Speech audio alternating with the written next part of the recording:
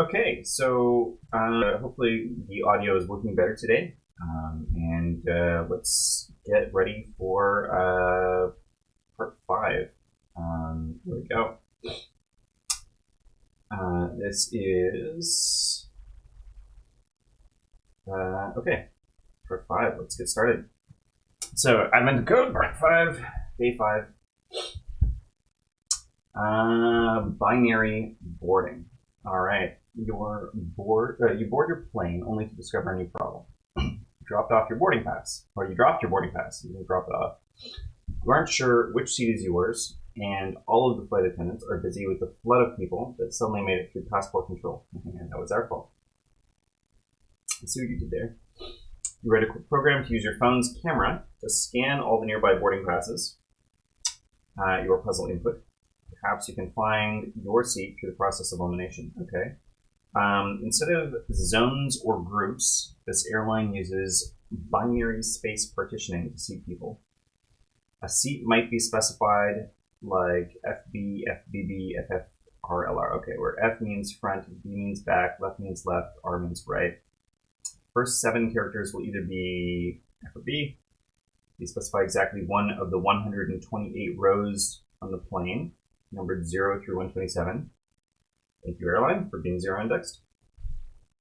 Each letter tells you which half of a region the given seat is in. So this is like a binary search, I think. It's like, you go front half, back half, and then, yeah. Start with the whole list of rows. The first letter indicates whether the seat is in the front or the back. The next indicates whether which half of that region the seat is in, and so on. And so you're left with exactly one row. Okay. So start by considering the whole range, rows 0 through 127 means to take the lower half. Okay, so front is 0. B means to take the rear half. Okay, and then it keeps going until row 44. The last 3 characters will either be left or right. Okay, and then it keeps going until row 44. The last 3 characters will either be left or right. So this is, again, a binary search. This is the left or right binary search. And yeah, so that would be enough to determine which of the 8 columns or seats you're in. Okay. I'm just getting a notification that the stream bitrate is poor. I don't know if there's anything I can do about it. I hope it gets better. Okay. So the last 3 characters will be left or right. Did that. So decoding.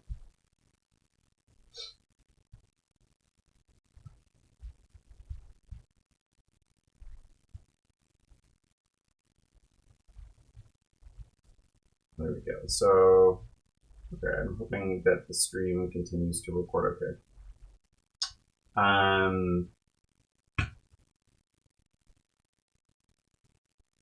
Alright, let's see what this says. Open widget, error. Stream is healthy, stream is unhealthy. Well, I'm hoping the stream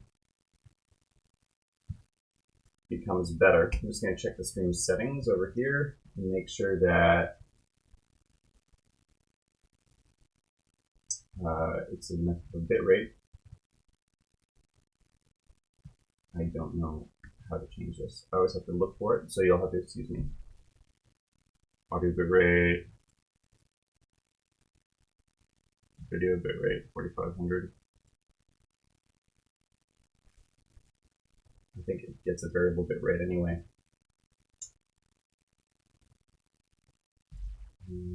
Set view as well. Experience buffering.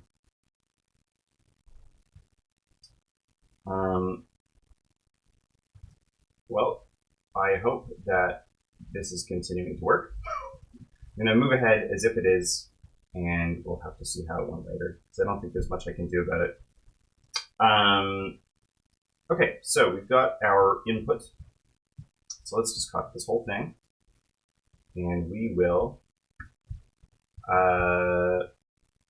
copy this into a new day. All right, so new folder, day 5.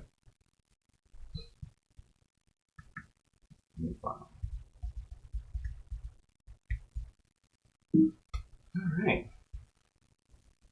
Binary boarding. I don't like this. I like binary boarding. Okay, so here's our text input. So what I'm going to do is I'm just going to grab this and input equals grab this. And I know we would only be getting the first, what is it, 10 characters. So we're going to just cut that out when we are doing our parsing. We'll just grab the first 10. And then this is going to be the answers that we should be asserting for. Okay, so as always, first row or the first area is going to define our functions and our classes if we make any. The next one, I guess it makes sense to have a class, I think, for this too. Yeah, I don't know.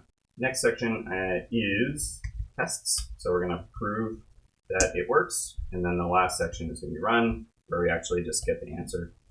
So this is our test input. So what is a binary search? So that's a good question. I mean, they described it pretty well.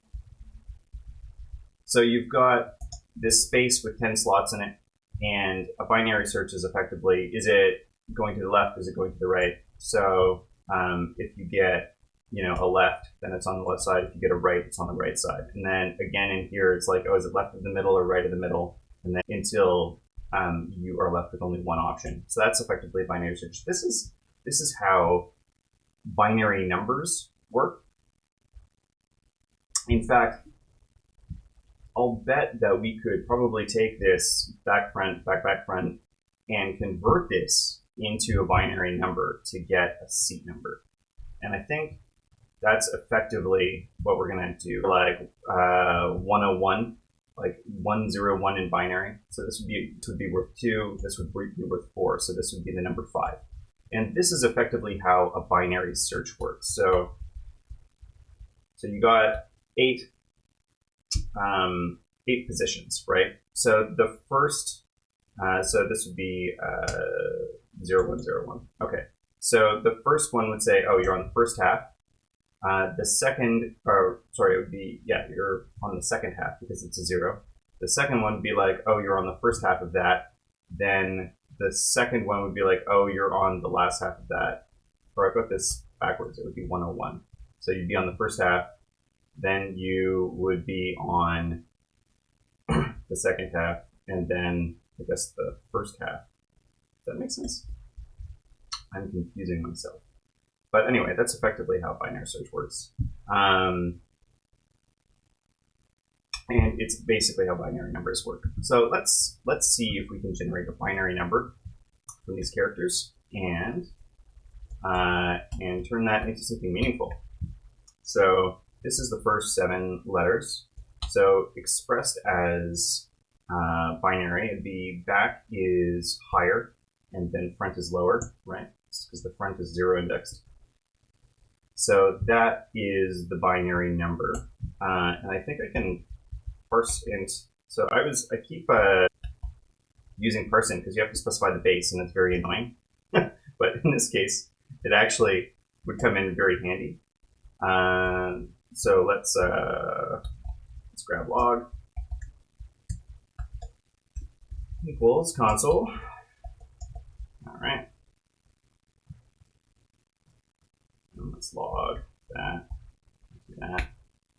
So this gives us 70, which is row 70, and we can do okay. And we'll test this one as well, just to make sure that it is also working. But I'm pretty sure that this is just fine. So this is going to get translates into was it 1100 110? Okay, and then if we log parse int that base 2, then we get 102, which is row 102. Okay, so we can do the same with right, left, left. So let's now that we have our general going to do that, let's make a class. Class seat. Okay. Constructor. I make like a parse method. And there's no reason not to do that. That just allows me to set the inputs independently in the constructor. But today, I think, just to shake things up a bit, I'm going to make the constructor itself the parse method. So this can be seat. So what is this? Would they call this a seat something? What do they call this? If you specified like, okay, so this is going to be the seat address. We'll just call it address. And this is going to be, so we're going to make sure that we take the first 10 characters. Or I guess what we're going to do is we're going to say, it's going to be row address, and then seat address. I wonder if we can do this.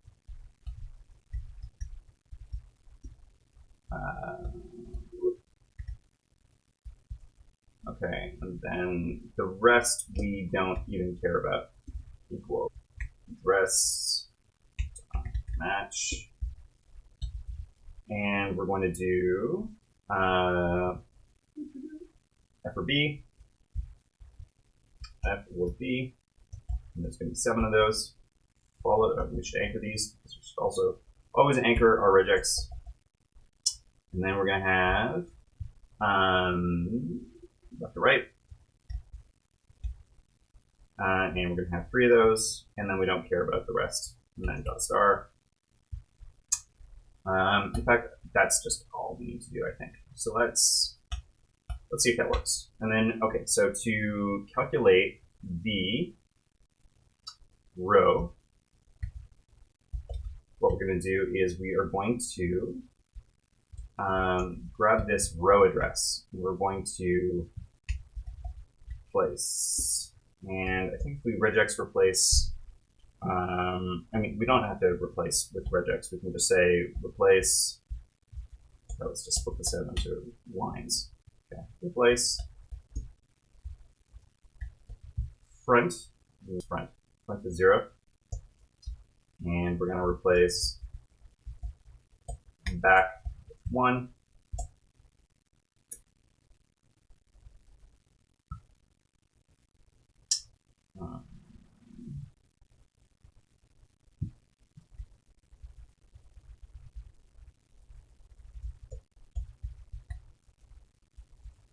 See, same thing, left and right. Left, right. And we're gonna parse int.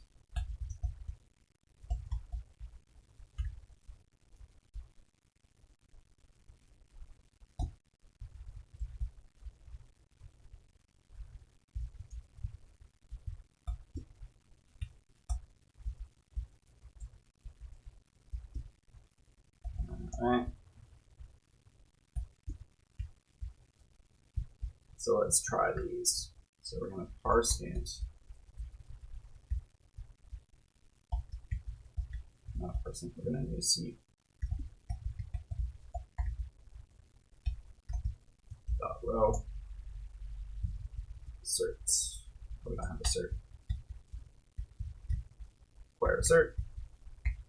So we're going to assert, what was the seat? This was 70, or this is row 70 is.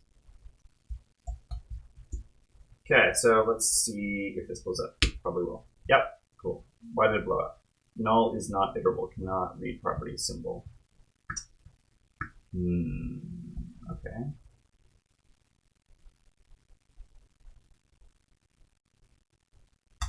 So let's see, row equals person row. All right, so let's try this. Row, still not liking this. Iterable, okay, what line are we on?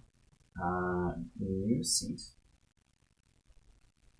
line 47. So, oh, it's not liking this. Okay. Row address. Guess we can't assign it like that. And then,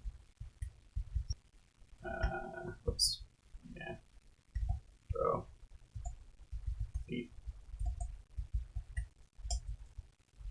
So this can be row address.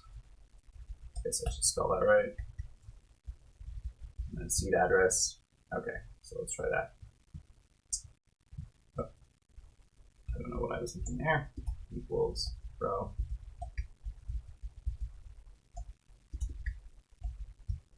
There we go. Now it's saying here that null is not iterable, line 47 still. Is it this that it doesn't like? Is that the wrong syntax? Null is not iterable, so maybe it doesn't match this. I guess that's a question.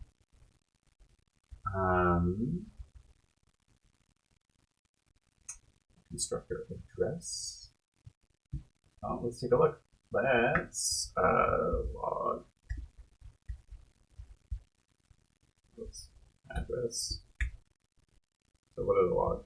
Okay, that's address. And it's log address.match should be a function. It is a function match. And it's saying that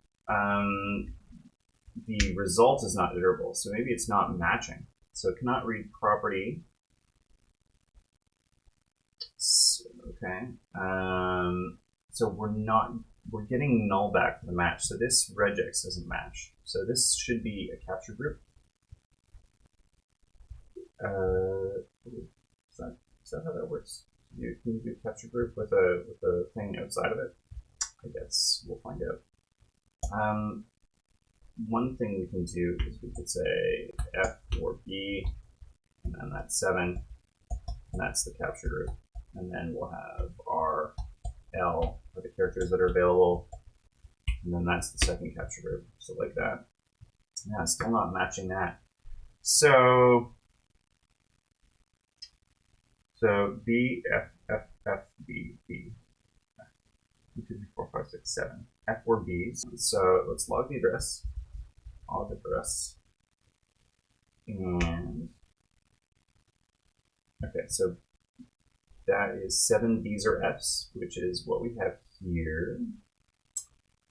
And then we have, oh, that's all we're getting we're just getting 7 B's and F's.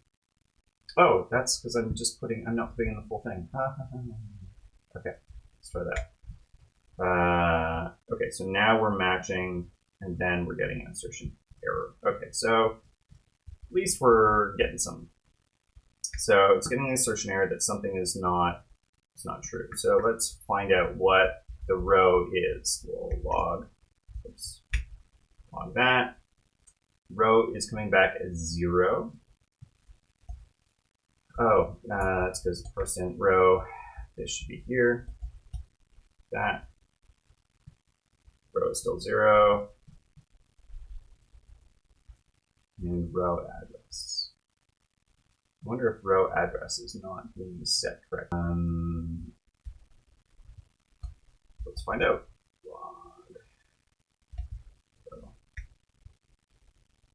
Okay, so let's log row address and see what is happening here.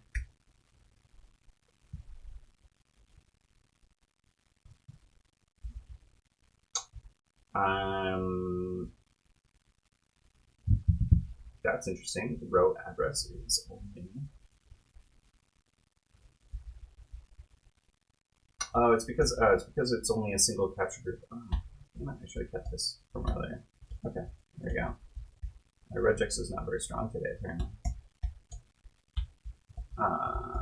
There we go. So let's see what we got now. Okay, cool. And so this is putting out row 2. And that doesn't seem right because it should be row 70.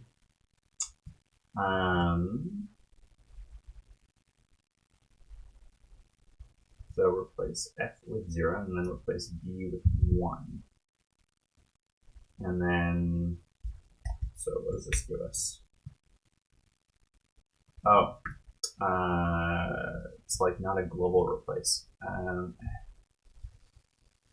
Let's forget this string, replace JavaScript. I'll replace all. All. Replace all is not a function.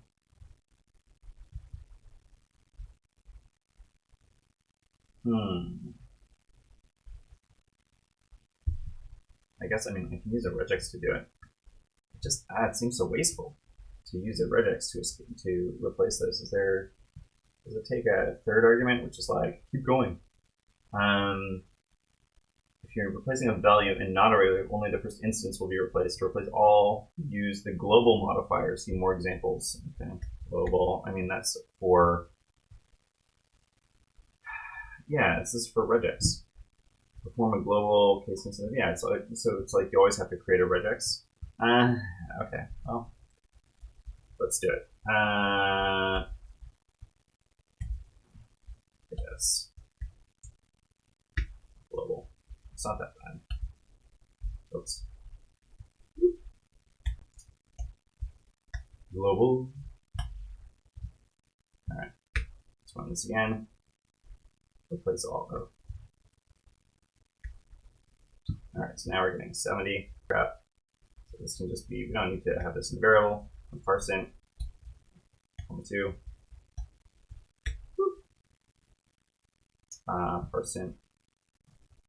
Replace. Oh, it's right. Yeah, we'll just capture this in row and then parse int row. All right, like that. Oh, I didn't do that in the right place. Row equals. Serves me right, getting fancy. Oops. Okay, and then this is going to be C. And then we got to switch these as well. All right, so we assert 70 is that C, and then we're going to assert that 7 is. Oh, this isn't the seed address. This is the column address. So okay, let's rename that now before we go much further. C C C C C C C. Oh, and let's Adra. Oops.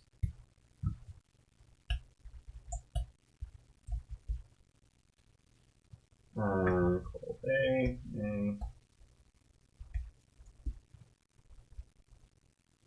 Well, that way, did I screw this up pretty badly? Okay, still works. Maybe that bad. And we'll do the same thing with row Adra. There we go. Cool. So we got row, column. So we should assert that. What's the column that we're asserting? 7. 7 is call. That broke. Call is not a function. I beg to differ. Call is indeed a function. What did I? There we go. There we go. That call is not a function. All right, there we go. So that works. I guess we can do the same thing. Oh, and seed ID. How do you calculate the seed ID? The seed ID is, okay, so every seek also has a unique seed ID. Multiply the row by 8, then add the column. Okay, so seat is going to be row times 8 plus column. And so we want to assert, I don't know if I got that right, times 8 plus 5. Yeah. So 3, 5, 6, 7 is what I want to do. Assert 5, 6, 7 is,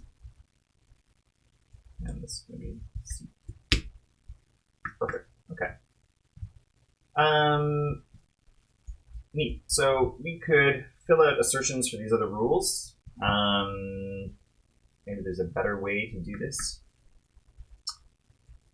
I don't need to log it out anymore.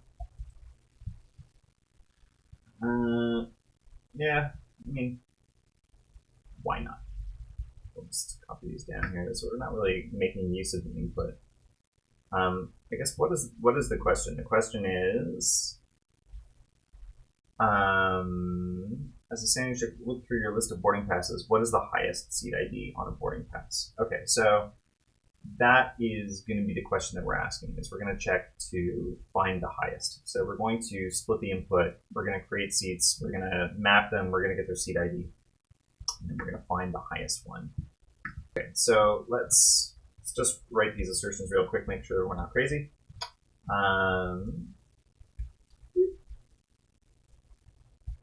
All right, so this is the new that, and that's row 14, column 7, and the seat ID is 109.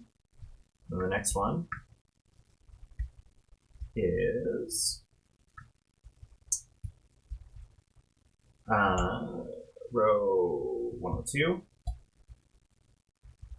seat, column 4, and then seat 820. So let's assert those and make sure that we're still good, and we are. Okay, cool. So now we need to create a highest. So highest seat number. And this is going to take some text in. And that text, split on the text. So text split on new line. That's new line. And we're going to map with the line. And then each one of these lines, what we're going to do is we're going to create a new seat, and we're going to get the number. So we're going to do this, but instead of passing in the line specifically, we're going to get the seat. So we're just going to log the output of that. And we're log the output of this. So let's do that down here. All right. High seat number, and that takes input. There we go. So this is giving us an array of seats, and we want the highest one. I know like Ruby has array min, array max. I mean, I think we have to use math min and math max here. Super annoying in JavaScript, but whatever. You can do math dot max, and then we can just split that, and that should give us the highest seat number. 820. Okay, cool. So let's assert 820 is highest seat number for the input, and that is what we've got. Cool. So neat. What is the highest seat ID on the boarding pass? Get your puzzle input. Let's get our puzzle input. And file input copy and module exports equals, and there we go. And when we run, I'm just going to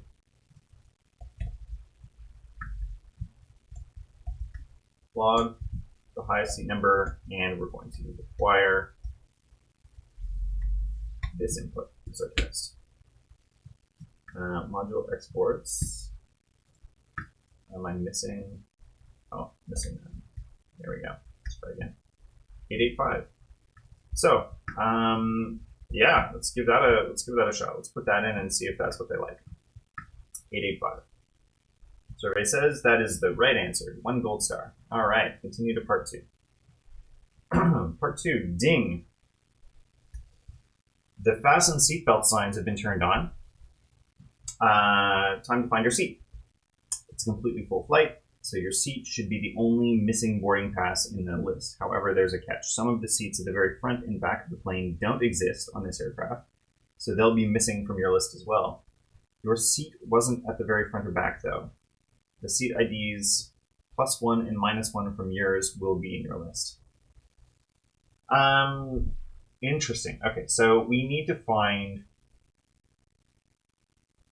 make seat IDs. Okay, so the seat IDs are sequential.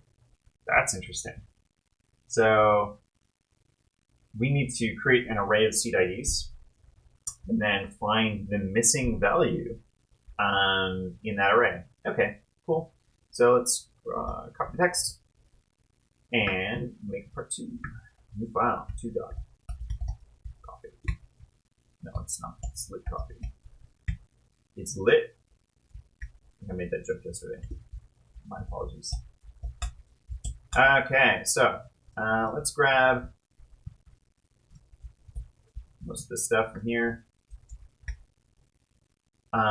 They don't give us anything new to assert in this section. Like, they don't give us any new things to work on. So we can remove all of this stuff.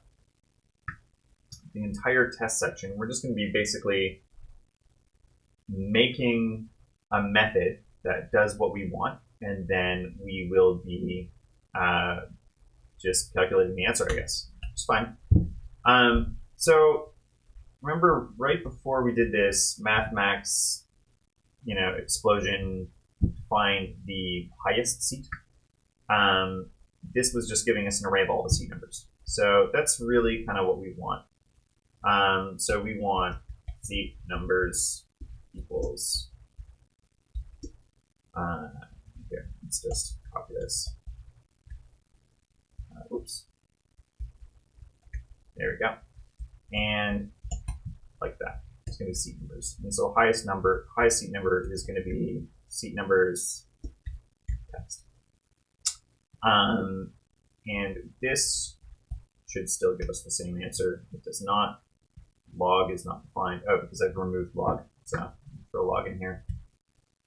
Log equals console assert 885. Okay, so this is still working. So this gives us a method to find the seat numbers. So really what we want to do here is we want to find a missing seat number, right? So if we go 1, 2, 3, 4, 5, 6, 7, 8, and those are the seats on the plane, and we generate a list like this, we want to be able to find what this number should have been. We want to know this number, right? So the way I would do that is I would basically do a difference, like an array difference. So we got to generate this list, and we don't know what the lowest and the highest is, but seat numbers will give that to us. So we can generate an array from the lowest to the highest.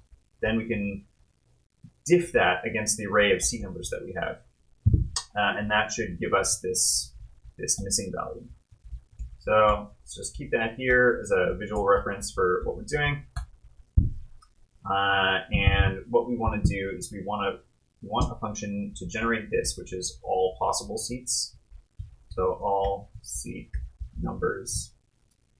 Well, I guess all seat numbers is weird. How about possible seat numbers?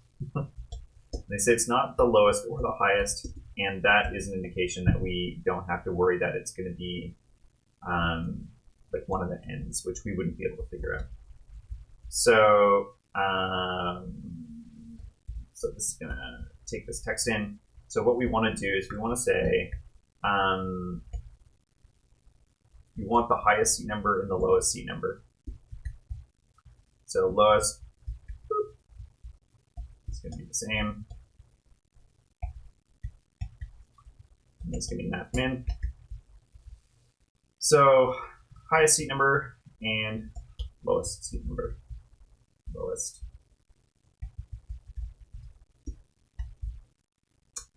I really wish highest and lowest had the same number of letters in them, just so it matched up.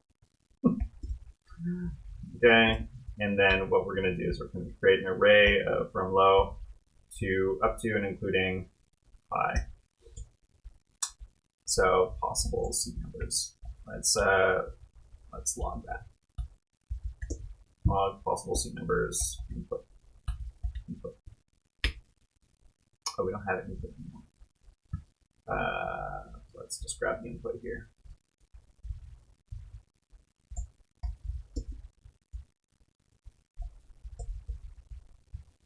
So this is giving us possible seat numbers. So it starts at 35 and goes to like 800 and something. Okay, and it just generates this array of numbers for us.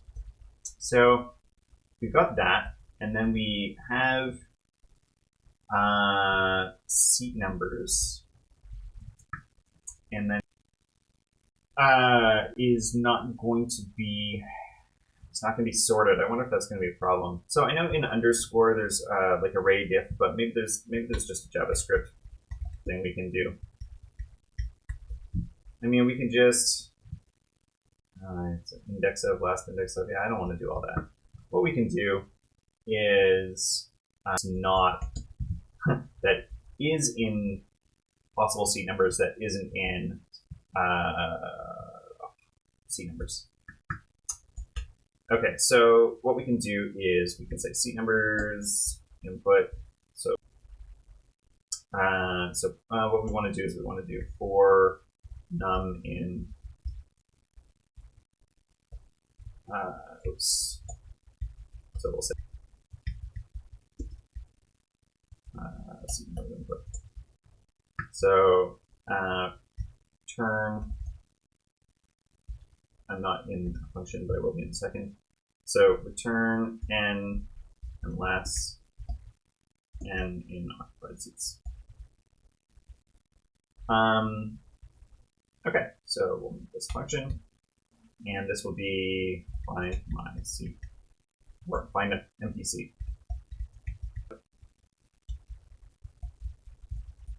So first we find the occupied seats, which is just seat numbers. And then we iterate over the possible seat numbers, so all the seats on the plane, until we find one that isn't occupied. And all right, so empty seat. Let's because all this should be in the run section, shouldn't it? We'll move this down here. Because this is what we're doing. Input equals require input, and then we want to log seat input. So that broke. N is not defined for because num. I called it num. All right, so this is saying our seat is 623. So let's see if that is what it wants to see today. 623. And that's the right answer. Okay, so we did that correctly. So that's cool. Return to your admin calendar. Okay, so let's take a quick look at what we did. See, it got a little weird here. We've got this seat class that, I mean, really we only ever use this to produce this one number. So I'm not thrilled with that, but it's fine. It is what it is. Thought maybe it would come in handy later on, and it didn't. So this is the method to find all the seat numbers. So really we just created seats, and then we grabbed the seat number out of this. The highest seat number, just the max of seat numbers. The lowest is the min of seat numbers. Did we really need these methods? I mean, probably not. So possible seat numbers, these are, I mean, we could have just done max and min on here. In fact, I'm going to do that. I'm just going to pull this out because I don't feel like these functions really help us, since we only ever reference them once and we can immediately capture them to a variable. So min math.max, and then instead of lowest, you can just say seat numbers. So that still gives us the same thing. It gives us undefined. Okay, so that's not good. All right, because we're not splatting 623. So what we had a second ago? Let's take a look.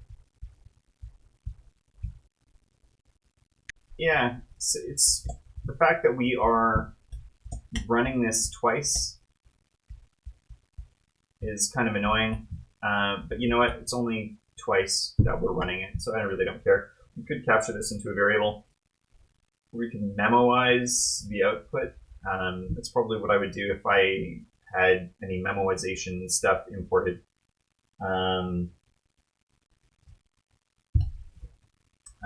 Okay. So we got seat numbers, possible seat numbers, and then empty seat.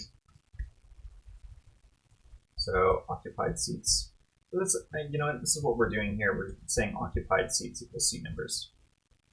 So maybe we'll do that. Occupied seats, and then this can be math min occupied seats, math max.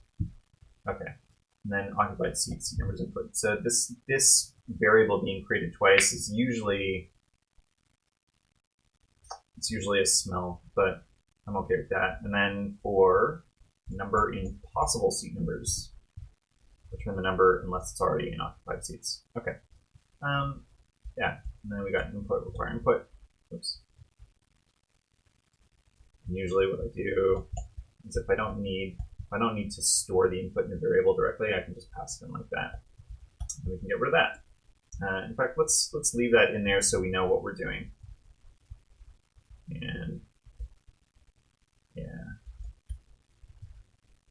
yeah, okay. I'm just gonna put like a little question mark or something in there, but we don't need to do that. This is angry. Input is not defined. Input. Oh, it's not input, it's text. All right. So we've cleaned up part 2. Is there anything to clean up in part 1? We've got a lot of asserts all over the place, but it's not a big deal. Highest seat number, the exact same thing we were doing before. It's kind of annoying. I wish I'd been able to do this, and maybe I can. So let's find out. 85. And I can do that. Okay, so I'm gonna keep that because then I can just assign this directly without having to stick it in an interim variable, which makes me much happier. I could also split out these row numbers and row address. Like I could make a function like row bit mask. Is it a bit mask? I don't know. Row binary, basically. And that's going to give, there we go. And then this would be row binary, row bin. So we could do that. So this would be row interface or row deck. And this would be row bin. And we can do the same thing here with call bin. So we're just going to split these parts out so we can, oops. It's a little bit more readable, and then we don't have to care about that. So this can be call bin, call that, row bin, call that. So getting 885, okay. And then seat is just row times 8 plus call. Our order of operations are going to save us here. Yeah, and then highest seat number. Yeah, what do we have over here? We had seat numbers. And then we just maxed it. So we could do that here. We could have seat numbers. And then max seat numbers. No, that's breaking. Object null is not iterable.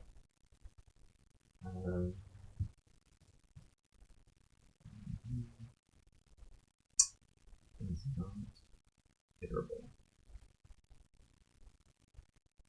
But something like, because am I calling highest number text?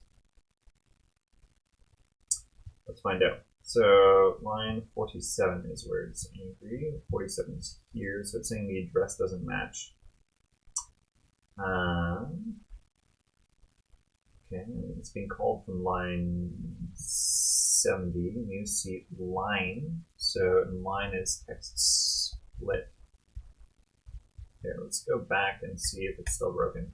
No, so it's something I did here. Oh, did I not? Oh, I'm not passing through text. There we go. Okay. So now we have seat numbers and then highest seat number. So over here, seat numbers, and then highest seat number is just the highest one. Okay. I feel pretty good about this.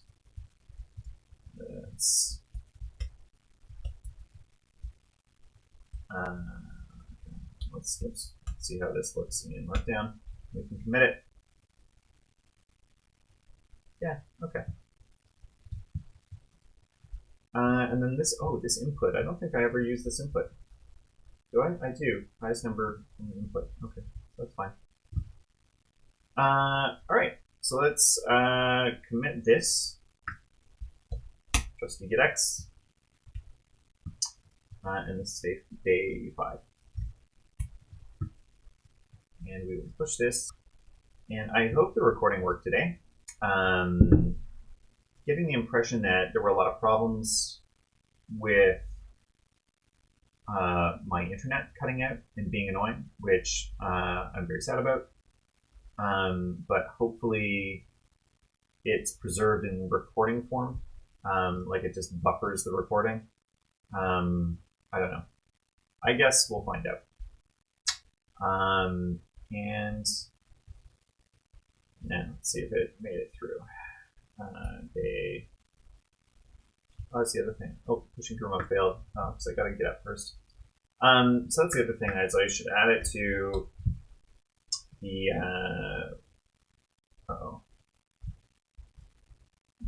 day 5. Counting remote objects. Okay, well, we're not rebasing. Oops. Get up. Let's see what the problem is here.